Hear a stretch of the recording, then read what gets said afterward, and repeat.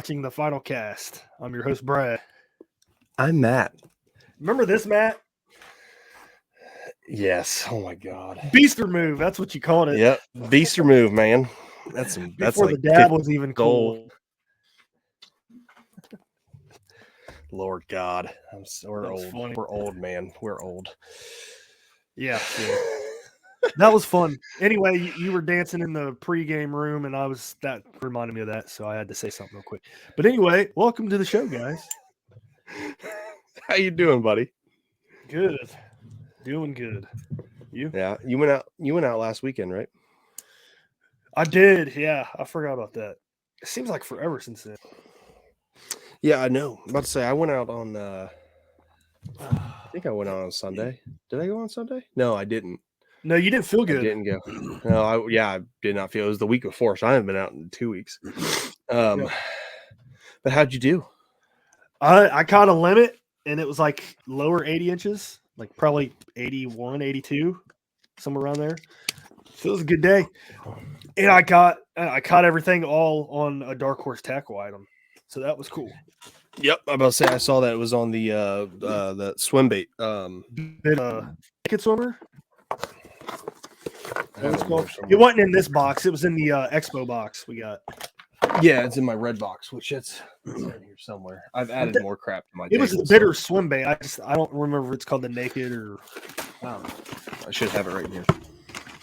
Yep. You need to throw that swim bait. That swim bait is freaking sweet. The naked swimmer from Bitters. Yeah. Yeah, that swim bait is sweet. I love it. Oh, yeah. That's awesome, man. They didn't one of us got out. Yeah, I'm about to say when we went 2 weeks ago, because you went to the same place we went 2 weeks ago, right? Yep. I'll say I caught them on a swim jig, or no, a rattle trap. And I caught one. They weren't hitting, and that typically is a moving body of water to where you can throw chatterbaits. They usually only eat jackhammers. That's it. Yeah. So it's weird. Granted, like 70% of the population is getting taken out every Saturday and Sunday to get eaten from people at home. So yeah, but that sucks. But it's cool catching 80 inches still there, though. Oh, you ain't wrong. Yeah, it's definitely it'll still produce for sure. And I was catching fish on the other side of the lake too, the shallow side. They were sunbathing over there. Oh, over where it's typically like all weeds and crap. Yep, it's like 1 foot deep right now. I saw tons of fish just chilling. I would pitch over to them. Boom, caught two doing that. Yeah, they're probably over there to escape the people that are just destroying where they normally sit at and all that timber. Yeah. So, I mean, good for them. Good for those fish. I'm happy for them. But yeah, man. I mean, I'm getting pumped for the season. Dale Hollow. It's only like a month away now, which is fantastic. I'm about to say 4 days from now in a month, me, Brad, and probably Cam Daniels, who's been on the show before, will be all piling my truck with my trailer behind us, driving down to Dale Hollow, Tennessee, hoping we don't die. Back to the pile. Yep. Yeah. You know what else is awesome? I bet you haven't really thought about it. We get to go to the best tackle shop on the East Coast again. Oh, I forgot about that. I know. I'm so excited. I need to save some money so I can actually buy something. Dude, I told Stacy I literally been taking money out and putting it in an envelope. She's like, "What's all this for?" I was like, "It's literally for a tackle shop on the way to Dale Hollow. Like, it's not for anything there. It's on the way there." Oh, so Lake Cumberland Pro Bass, is that what it's called? I believe so, and if I can't remember what it is, it's not a big deal because I'll just go to our show right after it last year, and I talked about it for like 20 minutes. Yeah, so. Yeah, that tackle shop's awesome. They had rock crawlers there. I should have bought some when I was there last year.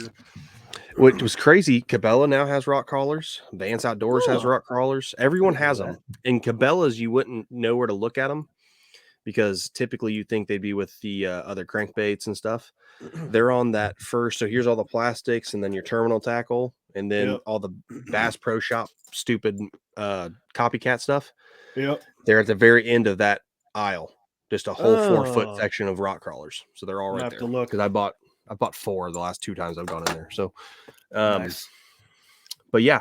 So Before we get started on the show, just want to say thank you to our sponsors, Dark Horse Tackle, which we will be talking about their new box for this month. We'll be doing unboxing for those.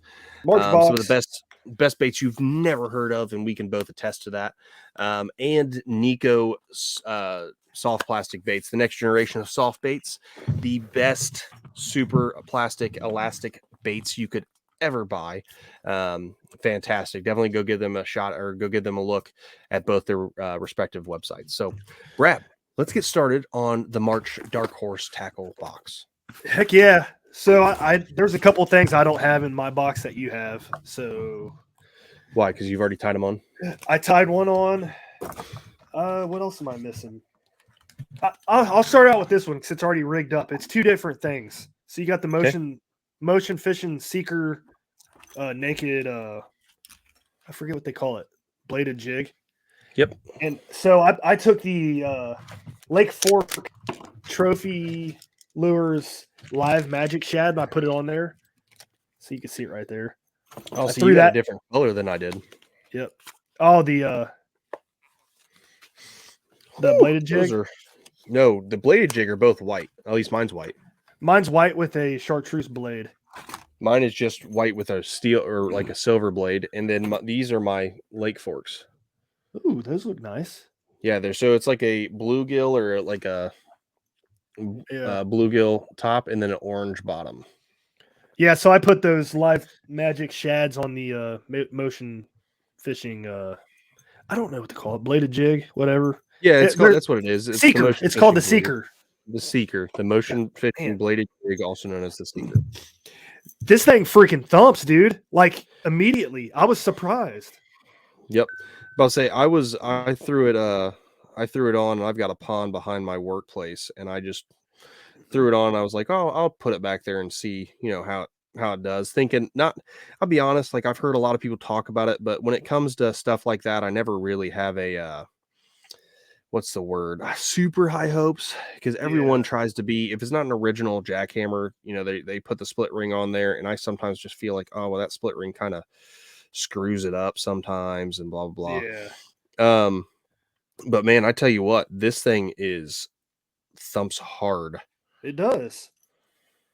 It might be because of the shape of the head too. I don't know if you guys can see that on the YouTube video, but unique shaped head, and it like points upward. Yep. So maybe that's what. I was thinking that. I was like, maybe it promotes like a harder thump because it's dragging the water a little bit more. But I don't know what it does. I'm excited. I think it's going to catch a ton of fish, and especially with the naked, like the no skirt on it and the screw lock head.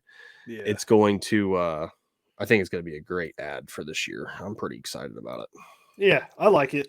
I didn't catch any fish on it. I threw it for a little while, so it is what it is. Yeah. Also, though, Ohio's been like super duper weird, so it has been weird fishing, man. Yeah, I must say, because I mean, we were in a winter storm warning this morning, and it was 80 degrees last week, so or 70 degrees last week. So yeah. Anyway, this swimmer though, this freaking thing is awesome. Like it swims really nice. Yeah, what's cool about it is that type of tail, you can actually, you can run that either whatever color you want up. Like it's basically a dual color. So if you want to rub, like for mine, I'll have the it's that bluegill and the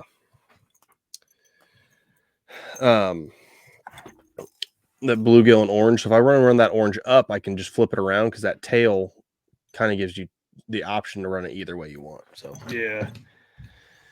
I believe this is Josh's favorite bladed jig too.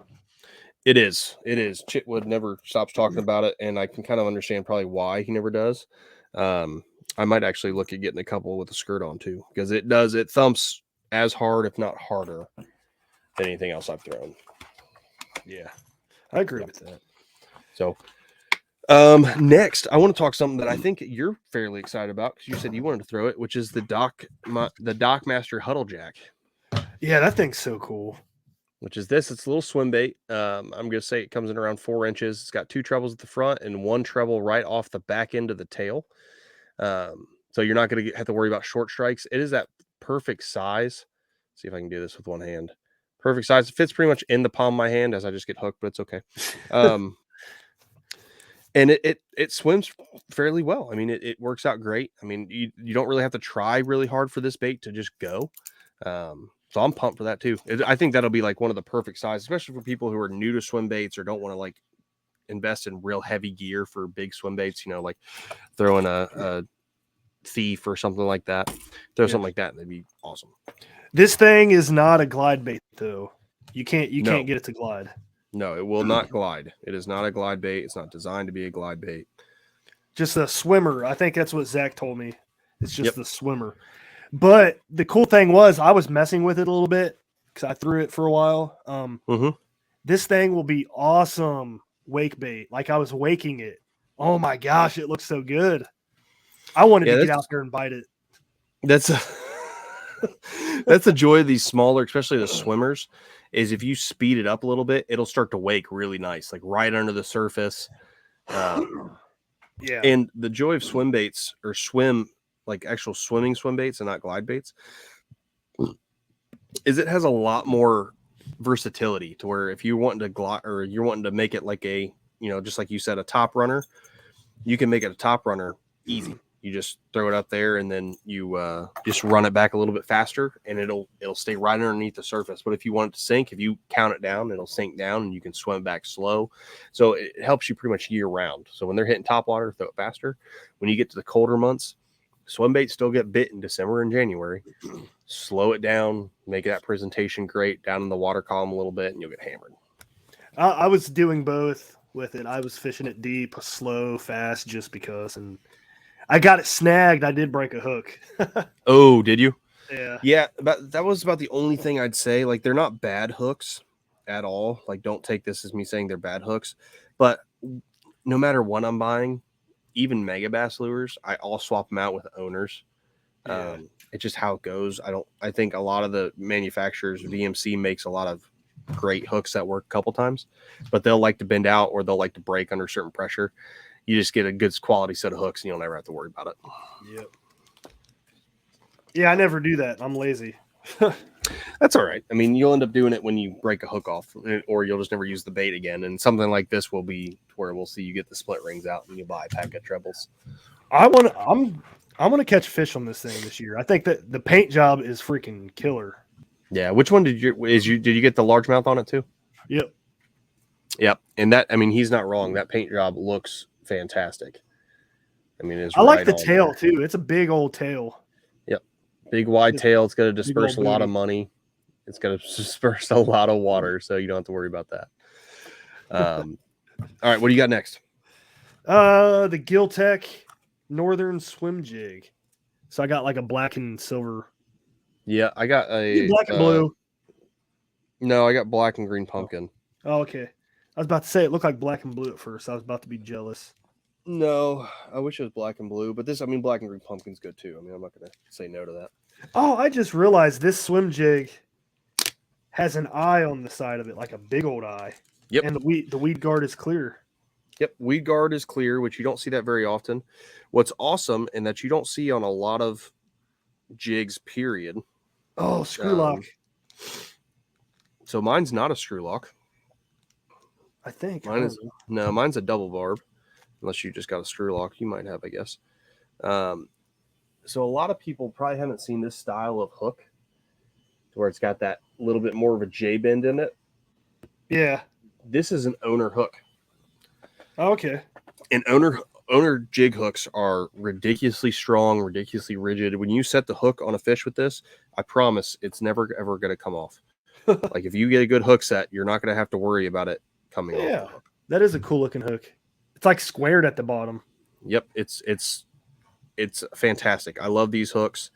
I'm huge fans of anything and everything owner because I am, again, a JDM fangirl, and they make fantastic products. So, and they already have the weed guard just like slightly past the tip of the hook for you. Yep. So you don't really have to cut it down. There will be some people who will still probably want to cut it down, and that's okay. Yeah. But you do not have to if you do not want to. It's pretty much there. Like I wouldn't think about cutting it down at all. They wire tied it too. That's cool. I like that. Yep. It is a wire tie. I mean, I like this. I'm a fan. Granted, this would not be the color I'd run on it, but I've heard of Giltech. that is before. about the perfect size too. Oh, dude, the naked swim or the magic shad on it. That's a good idea. Yep, that is about. And yours would actually probably match a little bit better with mine having that that orange crawl. Oh, dude, that looks cool. It's bluegill's the color, but it's a little bit too orange for bluegill. But it looks out pretty good. And actually, now that I'm looking at it, I really think that orange might give it enough pop to be a little bit different. The swim jig head, hopefully you can see it. It has kind of that, what I like to call the, what's it called? The Dr. Seuss nose, to where it snoops like right up the front, it swoops up. It's the Who nose from the Grinch. Oh, yeah. And you'll see some, I like swim jigs that do this instead of the big bulgers, like right in the front that are just big fat swim heads. Those aren't bad. And I like those if I'm really knocking a swim jig off stuff, but for free open water, these tend to swim a little bit better and track a little truer. So yeah, I'm actually kind of excited for this. I'm definitely going to be throwing it. I mean, it came in I already lost the package, but I want to say it's a 3/8. Mine's right here. Let me see. Mine's a 1/4 ounce. Mine. Well, maybe with this Lake Magic shad, because these surprisingly, if you have a finesse jig, yeah, it is a 3. I'm looking at it now. It's a 1/4 ounce. These are heavy, and these are heavy because they are loaded with garlic. They're loaded with salt, and it's a little bit heavier plastic. So this 1/4 ounce, and I'll tell you what, that owner hook is sharper than dirt. Yep, I was just messing with mine. This goes from a 1/4 ounce to probably closer to probably, I wouldn't say a full half, but fairly close, or not full half, 3/8, full, like a 3/8, but fairly close to it. I mean, it added a little bit of weight, so you can really fish this in whatever type of water you want, unless you're going really, really deep. Yeah. And it's that perfect size, that 1/4 ounce. If you can get, that's why I'm starting to look at tungsten jigs for my heavy stuff, for the simple fact that the heads are a lot smaller. It's a lot smaller presentation. I think that'll be a bit. It's going to get hammered. So yeah, this is the first time I actually looked into detail into this thing since I got the box. So I like it. Yeah, I know you saw that motion. You just freaked out. So the blade jig, yeah. Yep. The only thing I will say about these magic shads, I feel like they're a little bit too long. I was thinking about that, cutting a little bit off of them. I would cut it a little bit. Just a little bit, not a lot, just enough. But yeah. All right. You just did that. So let's go to, I'll do, when in doubt, get the motion stick out. Motion stick fishing the stick bait, and I got it in the best color, black and blue, known to man. Dang it. I got green pumpkin. They smell weird too. You smell them? They do. They are packed with some scent, but it's just your standard stick bait. It's kind of hard to reinvent the wheel here, but it does have a pretty good, nice lazy bend in the middle. It has a good action on either side. I haven't thrown it in the water yet, so I don't know sink rate, but I'll tell you it'll probably sink probably a little bit faster than a standard stick worm and probably a little bit slower than the Yamamoto. Yeah, I haven't thrown it yet either. So stick bait, there's not much else you can say about them. There's really not. Believe me, it's never a bad thing to have more. Because you will end up always using them. I will say last year, I think I only threw a Texas rigged stick bait like 4 times the whole year. That's crazy, dude. I've gotten away from it. Like if I'm throwing a stick bait, I was like, you know what would actually work better here? A jig. And I'll just throw a jig.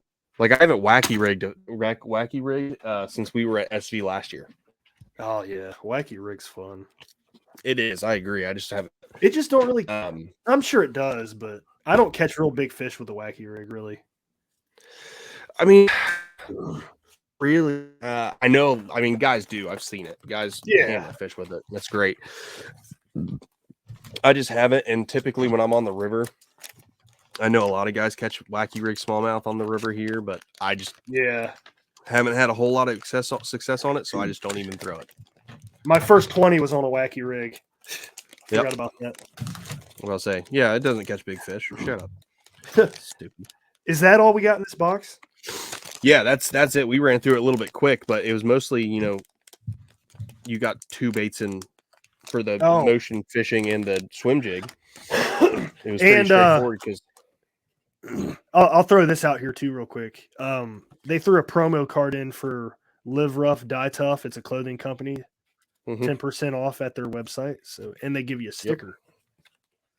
So it looks cool. Like, I haven't looked at their website yet, but the sticker looks cool, and it makes me believe that their clothing might look cool too. So, yeah, that's something I just had a conversation with for all you dark horse. I can't say anything. I want to say something, but I don't know if I'm allowed to say even anything. So I'm not going to say anything. But I had a conversation with somebody. Let's just call him James, and he was asking. He was like, "Hey, when you get a product or something from a company, or you're thinking about having someone on the show, do you ever look at their packaging?" And I always say yes. I'm of the generation, and so is Brad. We are the generation when Apple took over the world, and they set us up to where we will always critique everyone's packaging till we die. And it's because Apple would make something. So Beats by Dre, for example, that was made by somebody completely different. It was made by Monster before Apple bought them. The old Beats look like poo-poo when you got them out of the box. They worked great, but they looked bad. Yeah. And then this is the first generation that Apple made. The box is sleek. It's got its regular top load design. I mean, it really goes into it. I mean, the emblems embossed. I mean, it goes into it to where it makes you feel like this is a top quality product. Like, I just spent $150 on this, and it feels like $150. Like, it makes you go that way.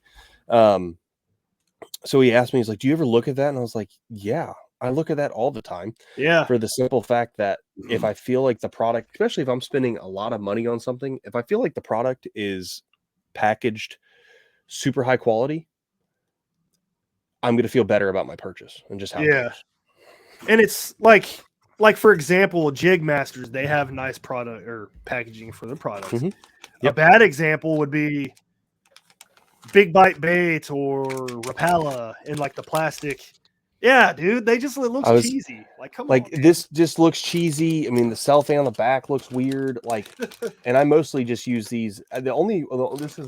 Do I have any other bit? Like, this is the old Big Bites Baits packaging. This is the Pro, which they try to make it look. But this is just like it looks like it's still from in the 70s and 80s and 90s. This is great. This is not the standard anymore. It's just how it is. And do I really like, does it really bother me? No, because like RoboWorm, for example, is kind of the same thought process. Yeah. But they're known for it looking like this. It has all the information. It's clean. Everything's spread out nice. It just looks nice. So yeah, I mean, definitely packaging matters, and maybe I'm a snob thinking that, but it does. No, we've talked about it on the show before. Like I said, Jig Masters, that Giltech package was nice. Yep. Yep. I don't know. It goes the extra mile when you feel like Shimano. The company takes Shimano boxes, any JDM company, really. You can take a Shimano box and put it next to a Lose box, and the Lose box like just looks poo. Yeah. The reels, my Bantam boxes look awesome. Yes, they go the extra mile. I mean, they go the extra mile when they make like the Vanford box is a little bit different color than something else. Yeah. Everything has its own color boxes. The Metaniums that I have like the graphic that's a little bit colorful and things like. But with Abu, when they made the rocket, that big, you can't see it because my light's not strong enough. But there's the Abu rocket is a super red box and has different colors and it looks sick. Yeah. Now, do I like that reel? No. But I have it, and I never even used that reel before I bought it, and I was like, this box looks dope. Let's try it out. And yeah, so sometimes you can get tricked by nice packaging. Yeah, that's true. That's true too. Yep. So it's shut up. I'll fight you. They've never made anything bad ever. Vision 110's trash, dude. Shut your dirty whore mouth. I will do things to Jackal Rerange is better. It has its place. I like it. I've been throwing it. It's there. Okay, so let's not get in that because I still think the 110 is a better bait. But let's get into the main aspect of the show, which it's not really a product show. I'm going to count this as we did our product bit. And now me and Brad are just going to talk because we don't get a whole lot of shows when we just talk about our thoughts on stuff. Because there's other shows on Paddle. You guys try this episode. Yeah, he's going to try. So I talked to him. We were trying to, we've been rocking and rolling all year. We've already had a lot of great companies on. It's only March. And I was like, let's take a break from interviewing people and let's just talk about something that would be just a thought. And I was like, are electronics taking over the sport of kayak fishing and fishing in general? And Brad's like, yeah, let's do it. I think that'd be a great topic. So, Brad, are electronics taking over the sport of kayak fishing and fishing in general? Yep. Thanks for listening, guys. We'll see you next week. Best show ever. No. Oh, I don't know, dude. So, like, I've had electronics. I haven't had electronics. I'm without electronics right now. I don't think I need electronics to catch fish. I don't know if that sounds too arrogant or what, but I don't feel like I need it. I don't think it sounds arrogant at all. I've been a big electronics guy. Like I have a Hummingbird 10 sitting in front of me that didn't even get put on last year. I didn't use one at all last year. I think I used it one trip we went out. I took the Hummingbird and then I got my P127 and just used it so much, never took the time to put anything on it. And I caught, a lot of fish last year without it. So I would say, is it taking over the tournament side of it? 100% yes. And not just electronics. The big thing I want to talk about is live scope. From all the companies, they all make one now. They're all decent. I personally think it's changing the way that fishing's going. Before the show, we had Brian, who is the Paddle and Fin Big Daddy, OG creator, owner, keep us in liner. And he was at Red Crest this last weekend. And he was, there was something going on where a guy was using live scope and somebody said he sat there for 15 minutes after he saw the fish, kept trying to catch it. And then he finally caught it. And he was like, well, see, that's why it's cheating, because if he didn't have live scope, he wouldn't have known that fish was there and he would have moved on. Yeah. Do I think that? No, I don't think it's cheating. That's life. I don't think it's cheating either. No, I don't know. It makes it easier. It makes it easier. And the big reason there's two camps that don't like live scope. Okay. There's the camp that can't afford it. I'll be brutally honest. There's the camp that cannot afford live scope. So they don't think, well, if not everyone in the field can get it, no one should have it. That's dumb. Even playing baseball. I would save money and buy a better bat. Yeah. And then TPS umpires would have to check my bat because the coach on the other side is like, well, that bat's, he's not allowed to use that bat in this league. And guess what? It was just a really expensive bat. Yeah. It's the same concept. So that's one camp. Now, do I think a lot of people are that? No. The other camp are guys who think it's too easy and think it's breaking the traditional values of fishing and tournament fishing. But you had these same camps when electronics became a thing in the beginning, when people were putting 3 fish finders on their boat and using it to find structure and things like that in the middle of the lake. So I think you'll always have those people. Do I think you need it to be successful? No. I had it. I had Panoptics on my kayak. I had it for 6 months and I sold it. And It's because I kept getting stuck on a fish. I'd see a fish and I just keep throwing something at it. Like one time I watched my lure come out of the water column, which is super cool, hit the fish in the head 6 times and the fish didn't even move, didn't do anything. And Brad is like a mile up the river away from me because I've just been sitting here stuck on this fish for an hour. So for me, no, because I get too hyper fixated on it. But I think it's something people need to get over. Personally, I'm not of the camp. If I wanted it, I could afford it. But I'm not of the other camp either, where you said, the traditionalist, because it's nice to have electronics. I want to know the depth and all that stuff, so I can mentally count down in my head how deep my bait is and stuff like that. I don't know. Yeah. I feel like most guys that have electronics, they don't use them as they're intended, me included. I don't use them like they should be used. I don't use them to their full potential. But people like to get these things for the cool factor more than anything. I think it makes you look cool. I agree. No, I 100% agree. That's why you're starting to see kayaks even a year ago. you'd see a kayak with maybe a 9-inch screen. Like the Garmin 93 is like one of the most popular screens on the market, and they'd have 9-inch screens. I mean, I have a 10-inch screen. I'd put that looks like a TV on my boat, on my kayak.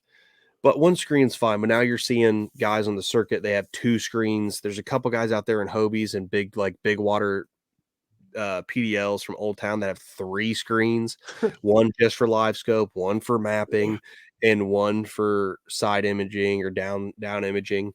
I mean, in all honesty, this is how I look at it, man. You're in a kayak. No matter what motor you put on it, you're going 4 miles an hour. Yeah. I'm fine with like mapping, but you're not looking at the map to like follow a line. You're not in kayak fishing. You're not doing that. And like the Hobies and the bass, you're not gonna have your motor at the front, your XI3 GPS hooked up to your Lowrance and it's following, or your Minn Kota hooked up to a Hummingbird and it's following the contour line on the map. I mean, if you do that, you're missing on opportunities fishing because you're not in a boat. So you don't have the ability to kind of work a whole angle of a line. You're fishing here, maybe here occasionally. But you're right. It's the cool factors. Like, oh, I have three fish finders on my boat and I've got an XI3 on the front. And don't get me wrong, these guys are using them. Like, it's the cool factor, and then they use them and they're using them to win. So that's great. But it's a little overkill at that point. I mean, I don't know. To me, it's like if you're putting 3 fish finders plus a motor plus a lithium ion 12-volt battery, you're looking at, I mean, you'd have a really good down payment on a boat. Oh yeah, like a aluminum bass tracker or something like that, man. All day long, like a $20,000, $17,000 boat, you'd have a great down payment. Well, even cheap, you can find them cheaper than that too. Well, I'm talking about brand new. Like you go to Bass, you can go to Bass Pro Shops because you're looking at your fish finders are $1,000 a pop, and then so that's $3,000 if you have 3. Trolling motors $1,200, so there's $4,200. 12-volt lithium-ion battery, unless you're sponsored, is $1,000. There's it depends on what kayak you have too. Depends on kayak. If you got a Hobie, there's almost $10,000. That's half the cost of a brand new tracker. And so, I know people probably think I'm crazy, but kayak fishing on lakes, I'd rather be on a boat on a lake. There's certain aspects, like when we go to Dale Hollow, for example, if I drop out or something weird happens, my computer's deciding to update Outlook like right this second. Like Dale Hollow, a lot of that lake would be awesome in a boat. Like we found out last year when we were getting smashed all over the place by MLF guys. But there are certain aspects of that lake to where it's nice to have a kayak because you can really get back in a channel and really go up and find some fish. So I think that's if you're in a big round lake, then yeah, a boat for sure. There's no point. But I mean, there's guys, I love being on a lake in my kayak. I still like it. I enjoy it. But if I'm just going out for an hour, yeah, obviously I want a boat because I can go to where I want to go and it's not going to take me an hour to get anywhere. Yeah.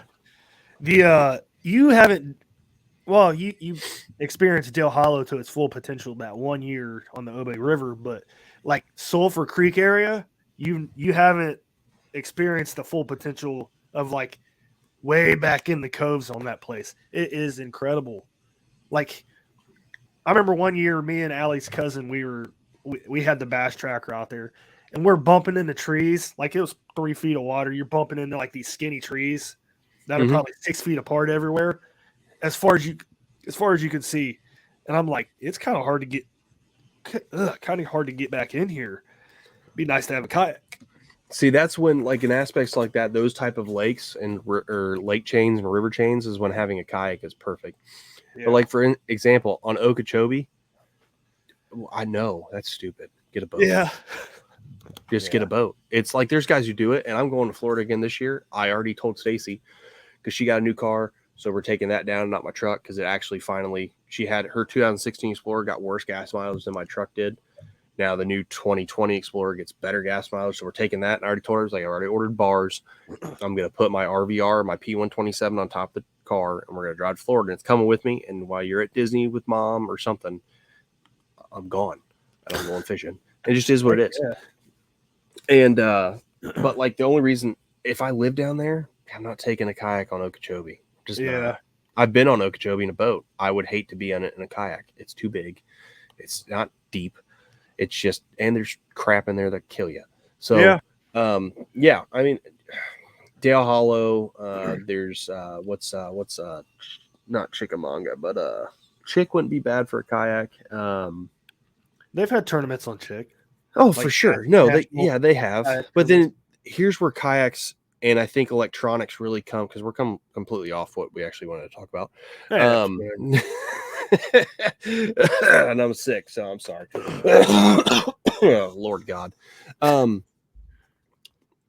Where kayaks really like take stand with electronics is when you have tournaments like the Susky, for example. That is a big river, or the any of those bigger river chains, the New River. It's huge, it's wide, it's got tons of deep pockets. That's when I can see having electronics to really benefit you, especially Panoptics, because you can hit an eddy, a bigger one, with Panoptics or live scope for everyone who doesn't want to buy Garmin. See there's a fish or no fish there. Oh, they're not holding here, and just keep going. How much time that would save you on a kayak? Yeah. So I've never really been like, I don't have a desire to get live scope or anything. I don't know. I just don't see the point. There's one time where I thought it would be handy, and that's when we're winter fishing. Like, we're spending all this time, 3 hours plus in one hole on the river trying to catch smallmouth. We don't know if they're there at the moment. I'm like, one of us needs to bring it or something, and then, shine it there. Oh, they're not here. Let's go somewhere else. All right. Yeah, I'm actually probably 2 days away from going to get it, because I got the hookup. So I'm probably going to be that guy, because I'm getting it back, but it'll probably be on the boat, because it's going on the P127, and then in the winter it's going on the RVR. It'll be on the boat. I probably, if I use it, if I think an area looks good, especially on a lake like a Dale Hollow, if we're at a rock wall, before I start just slowly creeping that rock wall, I'm going to go out 20 feet, get pano, sing it back and forth, see what's there. If I see there's fish in different water columns, I'll pedal my way back, and then I'll start pedaling up, and I'll just start fishing them. Yeah. I think it'll save us time, but here's the negative with that, and the only reason I hate doing that, it kind of takes some of the fun aspect of fishing out of it. Yeah. I was going It to say really that. does. Because, like, for instance, last year at Dale Hollow, you and me and Justin and Cam, when he didn't flip his boat over, stupid, we're all pretty much 20 feet away from each other, going up a rock wall and fishing different baits all the way up there. Justin was catching fish, you were catching fish, I was catching fish, Cam would have catch fish, and we'd be going up there. If we had Panoptics, like, oh, there's a fish there, I'm going to cast right there, and then you don't see anything for 20 feet, and then you keep going. But with this, it was like, oh, I just saw Justin catch a fish up there, and then Brad didn't catch anything, but I just caught a fish, and he was just here. Like, that's so cool. Yeah. Like, it takes some of the fun out of it. Like that one day when I was struggling, I went up on that, I pulled my motor up and butt scooted my way across the sandbar to get in this little pocket back there, and I caught 6 largemouth on a jackhammer in 15 minutes. Hadn't yet caught a fish in, 3 hours? Yeah. You guys were catching fish. I didn't catch anything. I was like, this sucks. I'm just going to drown myself in Dale Hollow and call it a day. And I started catching fish. But if I had pano on, like, I would have seen they were there, and I would have got, cool, I'm catching fish. That's awesome. But it would have taken some of the, what's the word? Element of surprise. Well, yeah, the surprise out of it, but like the gratification that I saw this hole. I think there's going to be fish in it. I went there. I pulled my motor up. Pride. It will take the pride out of it, because I did all that work to get there. If I had Panoptics, I could have just gone in there, zinged back and forth, saw their fish in there, posted up and started catching fish.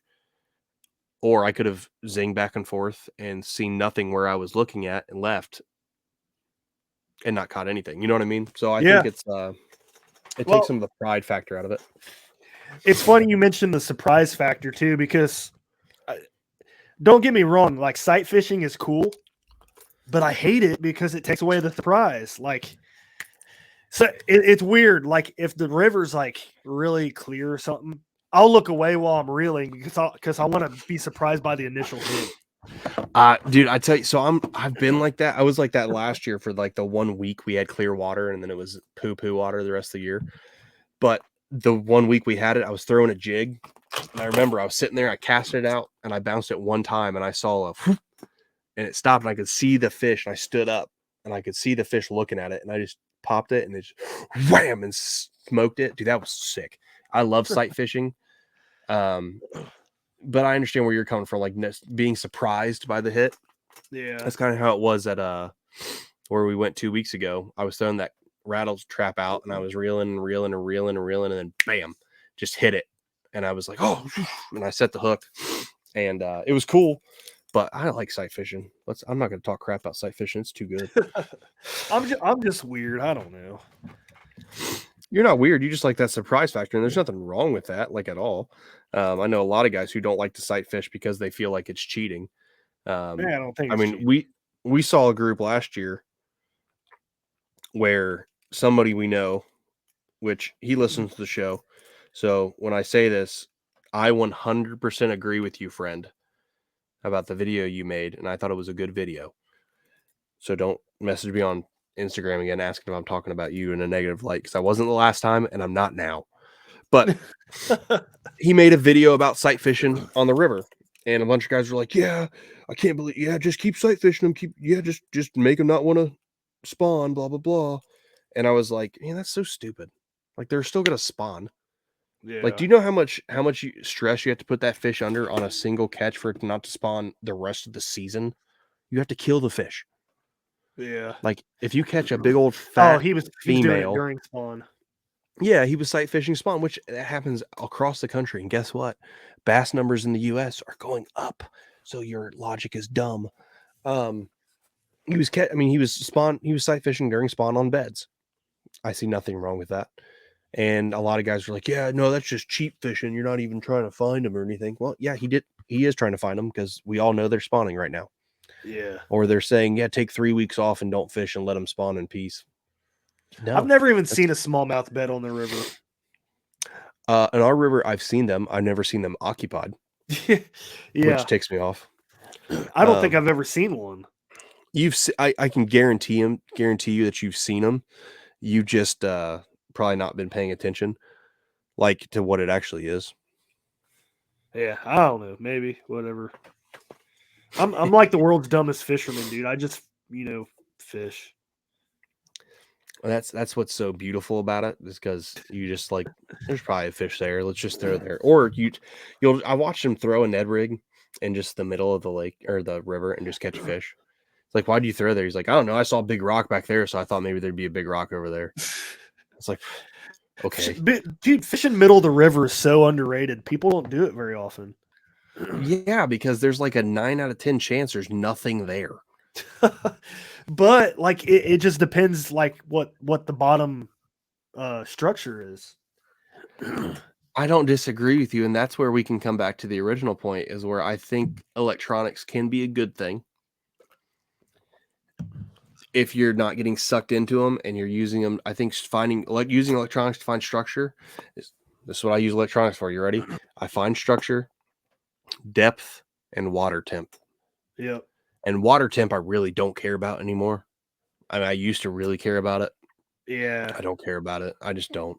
I've caught structure clean fish in 45-degree water, and I've cut jerkbait fish in 73-degree water. Like it doesn't, like, I don't care. I used to care. I just don't care anymore.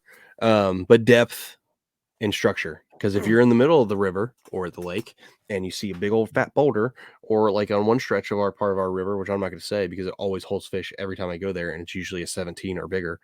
There's a grocery cart sitting there next to 4 tires, and I used Panoptics when I had it, and I zinged over there. It's like, oh look, grocery cart, and I threw out a Ned rig, and lo and behold, 17-inch fish. Went out the next time, just remember where it was at, threw out there, lo and behold, 17.5-inch fish.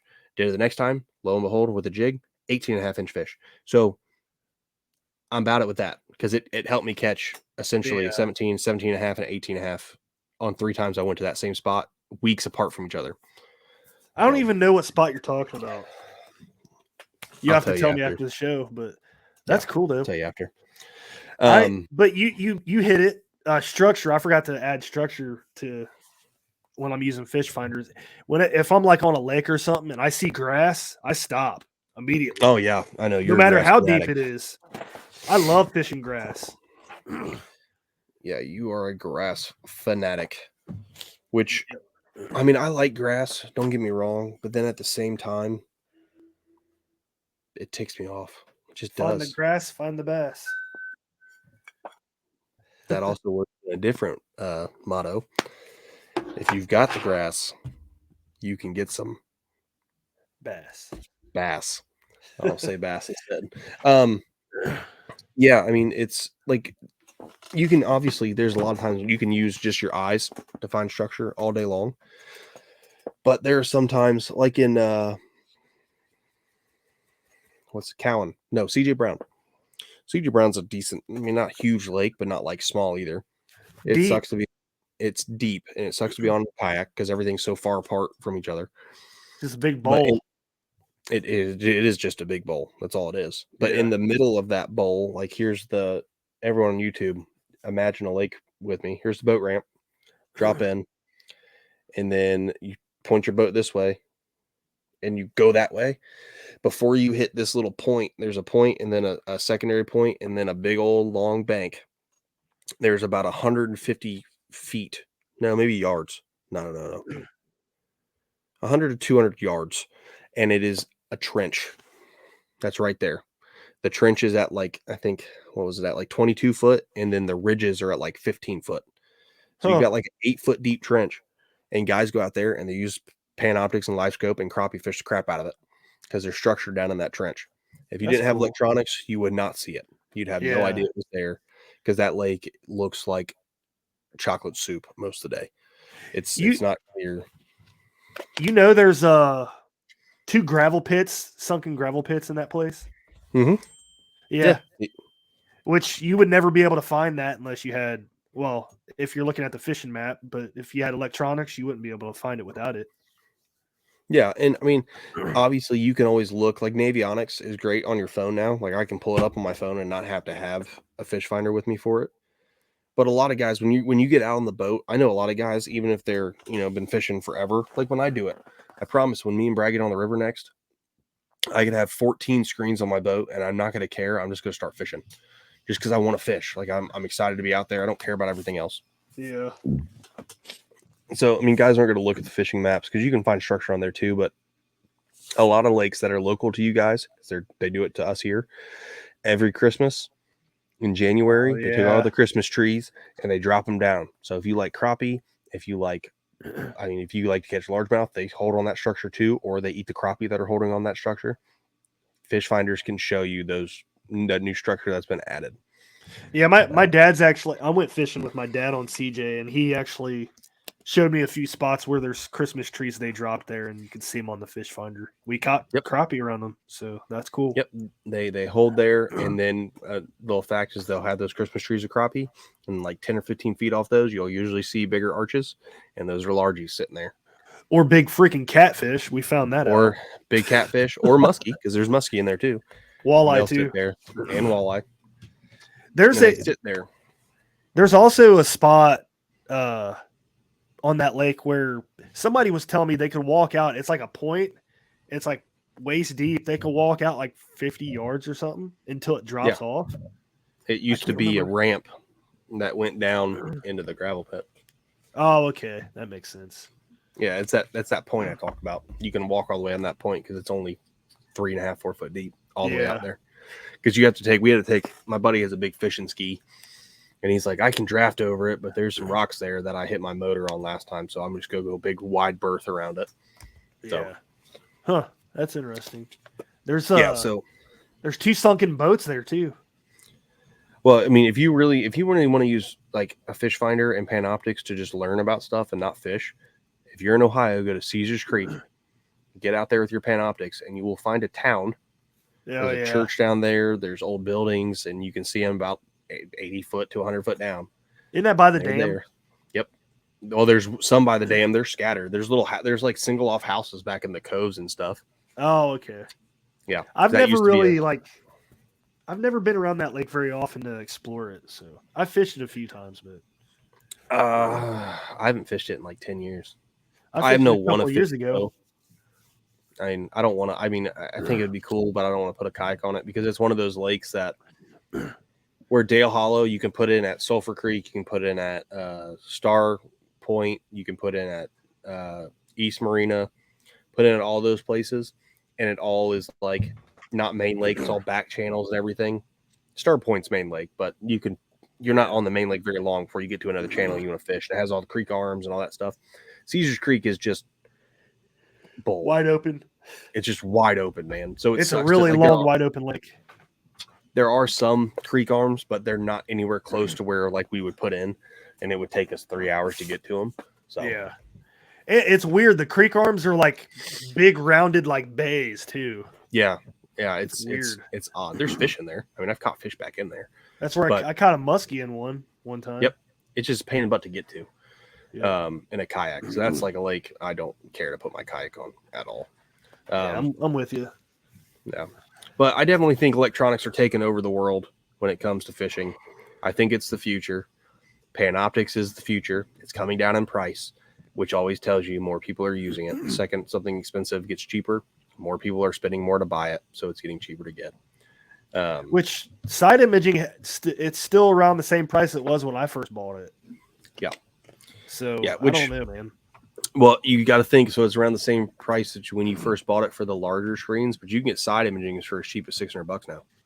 Yeah, it depends on what. I think you can get a Helix 5 for $300 or something. Yeah, so the Helix Humminbird does really well, and they kind of, I think they've got the market figured out because some guys, I don't use down imaging, just don't.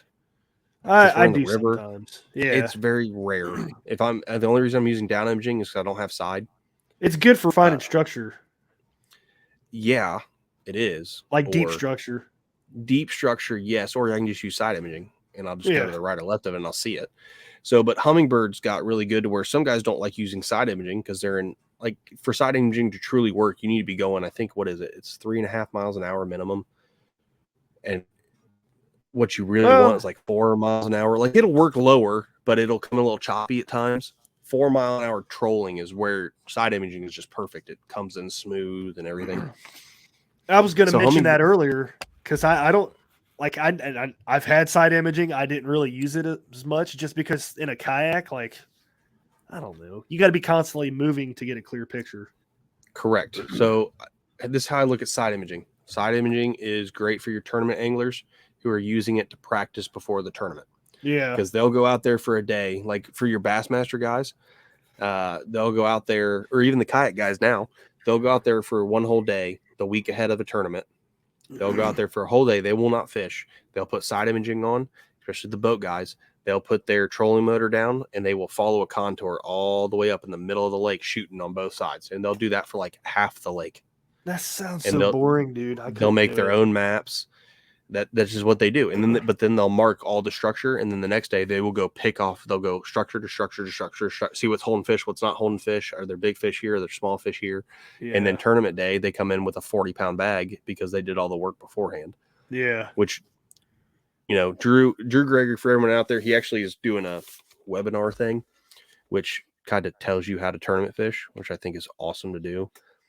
And he's the guy to definitely tell you how to do it because that dude's a maestro when it comes to tournament fishing out of a kayak. I saw he was doing that. That's a cool idea. Oh, definitely cool. But I think side imaging is great for that. But Humminbird really nailed it down because they're 5s and 7s and 9s. You can get them side imaging only, down imaging only, down imaging or side imaging, or down and side, and all three of those. They come in those versions. So if a guy doesn't want side imaging, they pay $100 left and get the down imaging. Or if they don't want down imaging, they pay the same price to get side imaging. Yeah, I need to get a fish finder. I just don't know which one I want to go after and what kind of features I want. I kind of want to just keep it simple because I use traditional a lot sonar. Yeah, I think the best thing, and I've said this before, I think you would love the Garmin G43 because it has down imaging, sonar, and it's the little 4-inch screen. Yeah, I don't want a 4-inch screen. I want a little bigger. I mean, you should just go back to a 73 SV and call it a day. Yeah, it's just. I You was never have looking to at buy another prices one. the other day. They were like $600 still. Well, the spring sale is about to happen. Bass Pro. I know. That's why I was going to go back and check it out. I don't know. Yep. We'll see. Either go that or Lawrence always runs great deals because they're the little brother of the group now. So I was looking at the Hook Reveal 7X triple shot. It's a decent price. I think it's like $400. it's not bad. Are you? We'll talk after. I think I have a good thing for you that's cheap. Okay. Since you don't care for side imaging, so. But yeah, this has mostly just been us talking off the top of our head about electronics and how we fish and stuff. Do you got anything else? No. A little bit more laid back episode, guys. I promise we'll start ramping it back up. We hopefully have some really cool guests coming in the next couple months, and then Been talking to Brandon from Kite Cushion. He wants to come back on, so I think we might have him on in the next couple weeks. I'm gonna wear my DB hat for that one. Everyone will know what the DB hat is once I wear it. You need to grow out a mullet and wear it with that hat. No, my wife would divorce me. I can't do that. She's already mad I shaved my beard and just had the mustache. She's ticked off.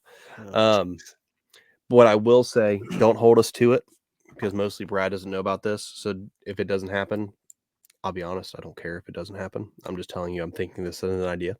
I think it'd be cool.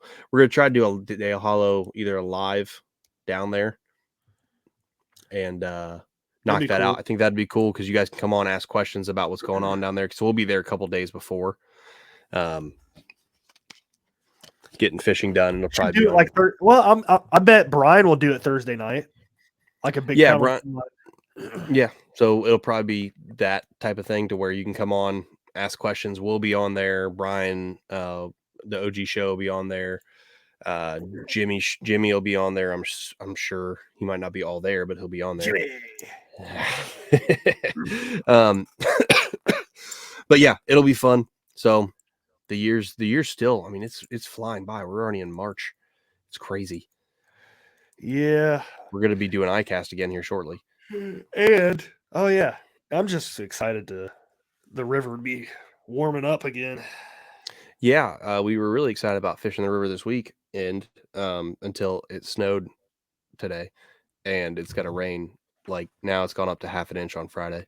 So river's going to be blown out again, but it is what it is. Yeah, it's great. But that's all for tonight.